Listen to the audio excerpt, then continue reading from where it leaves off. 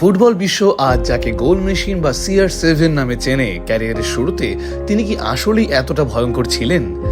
Manchester ইউনাইটেডের কিংবদন্তি winger Ryan গিগসের সাম্প্রতিক এক সাক্ষাৎকারে উঠে এসেছে এক অন্যরকম ক্রিস্টিয়ানো রোনালদোর গল্প।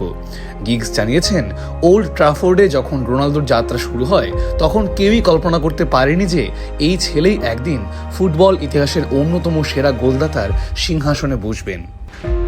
শুরুর দিনগুলোর স্মৃতিচারণ করতে গিয়ে গিগস বলেন, বোল্টনের বিপক্ষে নিজের অভিষেক ম্যাচে রোনালদো তার পায়ের জাদুতে গ্যালারিতে উন্মাদনা ছড়িয়েছিলেন ঠিকই, কিন্তু মাঠের খেলায় তখনও তিনি ছিলেন বেশ অপরিপক্ক।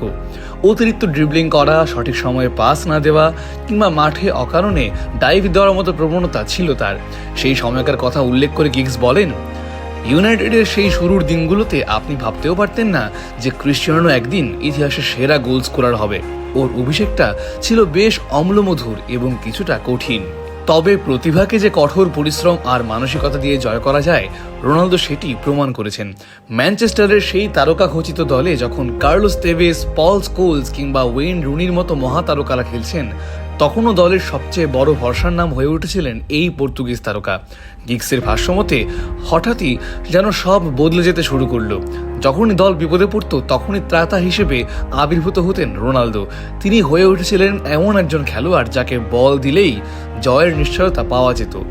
রোনালদোর এই অবিশ্বাস্য পরিবর্তনের নেপথ্যে ছিল তার ইস্পাত কঠিন মানসিকতা। ম্যানচেস্টার ইউনাইটেড থেকে রিয়াল মাদ্রিদ এবং পরবর্তীতে ইউভেন্টাসেও তিনি তার সেই ধারাবাহিকতা বজায় রেখেছিলেন। বড় বড় টুর্নামেন্ট আর গুরুত্বপূর্ণ মুহূর্তগুলোতে নিজেকে বারবার প্রমাণ করার যে ক্ষমতা রোনালদো দেখিয়েছেন, তা তাকে সর্বকালের সেরাদের কাতারে নিয়ে গেছে।